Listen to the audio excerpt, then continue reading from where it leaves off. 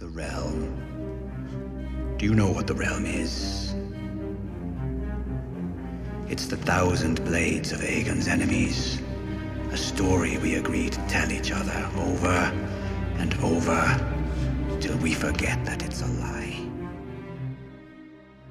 What's up, ladies and gentlemen? Welcome back for another Game of Thrones Season 8 Q&A video. I want to pick back up right where I left off in my previous video. Today, I want to continue answering some of the questions you left for me. In my recent video, I gave you my opinion on what I thought Game of Thrones could do to give us a sad ending, but in this video, I'll be covering multiple topics. The first question I want to answer was left by a user who goes by the name of Squid. It says, what do you think will be the opening scene for Season 8? I wanted to answer this question first because they are asking about the opening scene, so I figured this is the perfect question to open up a video. I don't consider anything to be fully confirmed until the episode airs and we can see it for ourselves. However, there were reports from a few reliable sources about this very topic. A few months ago, Watchers on the Wall acquired some information about the opening scene, and their source says the very first scene will take place just outside of Winterfell in a small village known as Winter Town. We have seen this town a few times already. In the pilot episode, this is where Tyrion Lannister was shacked up in the whorehouse, when Jaime came into the room telling him about the Starks having a feast to celebrate King Robert's arrival. We also saw this town in Season 5 when Brienne and Podrick were attempting to rescue Sansa. This is where Brienne watched from a window, hoping to get a signal from Sansa that would let her know she needed rescued immediately. The reports I have read about the opening scene do not go into all the details about the scene. All it basically gives is the location. As of right now, I can't confirm or deny the report, but I will say Watchers on the Wall does have reliable sources. I followed them closely during Season 7 and pretty much everything they said would happen did happen, so if I had to bet money on where the opening scene would take place, I would say Wintertown is correct. But of course, we will just have to wait and see if this is accurate or not. I'm sure some of you might be wondering, why would they film the opening scene in that location when we haven't seen any characters in this town in quite some time? Well, I have a few guesses, but keep in mind, it's just my opinion. Winterfell and the surrounding areas should be fairly peaceful as of right now. That's until Bran Stark breaks the news about the Night King breaching the wall at Eastwatch by the Sea. I think the opening scene of the first episode could be showing us the calm before the storm. We could see everyone in Wintertown preparing for winter or preparing for battle. Last season, we saw Sansa walking around Winterfell and she was given instructions about gathering food and she was inspecting some of the armor that was being made in the courtyard. We could see something very similar to this in Wintertown. Even if there aren't that many people there, they would still have to brace themselves for the winter. And if they know the Night King is coming, they will have to brace themselves for a hell of a lot more than that. During that scene with Sansa, they gave us some possible foreshadowing about what's to come next season. Telling me we don't have enough food, especially not if the armies of the north come back to defend Winterfell. No, my lady, most likely not. And we must prepare for that eventuality.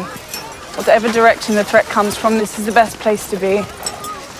We need to start building up our grain stores with regular shipments from every keep in the north.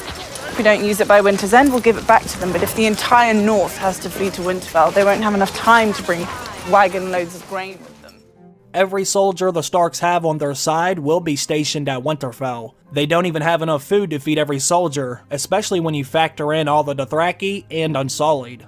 Sansa said they don't have enough food as of right now, but Winterfell is the best place to be, no matter which direction the threat comes from. She also knows it's a very good possibility that everyone in the north will flee to Winterfell for safety, which is one of the reasons why I always said Winterfell would be ground zero for the Great War against the Night King. Jon and Daenerys will have to set up camp for all these men, outside of Winterfell's walls, which means Wintertown will become very busy next season. When the first episode begins, we could see Jon and Daenerys arriving in the north, and they will most likely set up camp for Dany's armies, all around the castle, including Wintertown. I hope Daenerys was able to bring some food because I don't know how they're going to feed all these men, especially when you consider this could be the longest winter in recent memory, given the fact that the Night King is coming, and he typically brings the storm and darkness with him.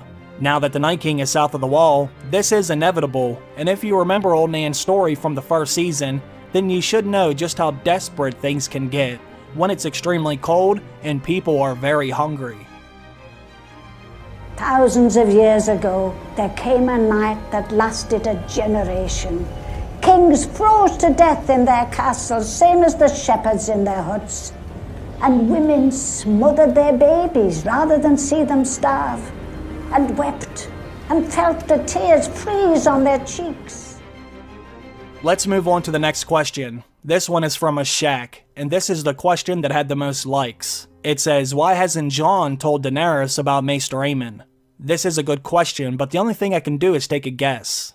It is possible that the writers may have just forgotten to mention this, or they did not have enough time in Season 7 because they were already having to rush so many things already. Or did Jon decide to keep this information to himself for a reason? You would think, given how close Jon and Aemon were, this could have helped him and Daenerys build a relationship and trust a lot sooner. Now that I think about it, Tyrion also met Maester Aemon when he was at the Wall, and he's never mentioned it either. If I had to guess, I would say they are saving this for a later time. You have to keep in mind, Jon was in a hurry to get that dragon glass because he knew it was only a matter of time before the Night King made his way south. Then Jon got word that Arya and Bran were alive, and they made it home, so he may have had some other things on his mind. But I think Jon and Daenerys will have a discussion about Maester Aemon next season. Because if you remember what Aemon said to Jon back in Season 1, I believe this will have a very big influence on Jon's decision making in the final season. Who are you? My father was Micah, the first of his name. My brother Aegon reigned after him when I had refused the throne, and he was followed by his son Aerys, whom they called the Mad King. You're Aemon Targaryen. Jon knew that Maester Aemon had the opportunity to take the Iron Throne for himself, but he chose to go to the Wall instead. When Jon finds out he's actually Aegon Targaryen, the true heir to the Iron Throne, I believe he will do exactly what Maester Aemon did. Now, I don't think he'll go back to Castle Black, but he will pass his right to the Iron Throne to the next person in line. Maester Aemon wanted to be a maester, but he also had no interest in politics, nor did he want to become rivals with his brother, so he stepped aside and he allowed his brother to have the position. I think Jon will do the same thing with Daenerys, assuming they are both alive at the end. Once Jon is revealed to be the true heir to the Iron Throne, people will expect him to take the position, but Jon has never wanted to run the Seven Kingdoms. This is something Daenerys is fighting for, and Jon knows that. Maester Aemon was a very wise man, and he always knew there would come a day when Jon would have to choose.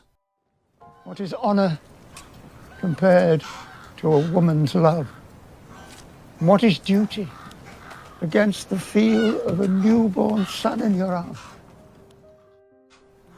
Sooner or later, in every man's life, there comes a day when it is not easy. A day when he must choose. And this is my day. Aemon's words will echo throughout the final season, and one of the biggest decisions Jon will ever have to make. So, Jon might not have mentioned Aemon when he first met Daenerys, but Aemon's counsel will have a big influence over Jon next season. They may not have had time to add a scene with Jon and Daenerys talking about Aemon, but they might be saving it for Season 8, when this discussion could have a very big impact on the last episode of the series. The next two questions come from Janie B. The first one says, will Ghost survive? And the second one says, will Sansa betray Jon? Good question, because I know everyone has been wondering, where the hell is Ghost? I think the fate of Ghost is pretty simple. Whatever is meant to happen with Jon will happen to Ghost. If Jon survives the entire series, then so will Ghost. But if Jon is meant to die in the end, then Ghost will die too. The fate of the Starks have always been connected to the direwolves. That's why their names have such significance to their stories. I happen to think Jon will live, and pass up his opportunity to take the Iron Throne, like I said in the previous question, so this would mean Ghost lives too, in my opinion. However, I would not be surprised if they killed Jon Snow for good. I'm already expecting some of my favorite characters to die, and Jon could be one of them. Hopefully, we get to actually see Ghost next season. He might as well be dead because he's never in any damn scenes anyway, even though Ghost should always be at Jon's side. But I do understand they have to cut out certain things because of the budget. We may not see Ghost in any of the upcoming battles, but I believe he will be at Jon's side in the finale. Now your second question is a little more complicated. Will Sansa betray Jon? I would say no. I cannot see Sansa outright betraying Jon, especially now that Sansa and Arya have seemed to work things out with one another. Sansa even said herself, the lone wolf dies, but the pack survives. Sansa, Arya, and Bran took down Littlefinger together. So I think Sansa's learning that she needs her family right now, and Jon is a part of that family no matter what his name is. On the other hand, I do believe there will be some tension next season. When Jon shows up with Daenerys and her dragons, this will definitely cause some problems. Your Grace, with respect, I must agree with Lady Sansa. I remember the Mad King all too well. A Targaryen cannot be trusted, nor can a Lannister. We called your brother king. And then he rode south and lost his kingdom. Winter is here, Your Grace. We need the king in the north in the north. They didn't want Jon going down to meet Daenerys in the first place, and now he's bringing her right into their backyard. This is going to piss a lot of people off in the north, and Jon and Sansa could bump heads next season because of this. But I don't think it will lead to Sansa betraying him. I actually think Jon will give up his position in Winterfell as well. I'm having the Lord's chamber prepared for you. Mother and father's ring. You should take it. I'm not a Stark. You are to me.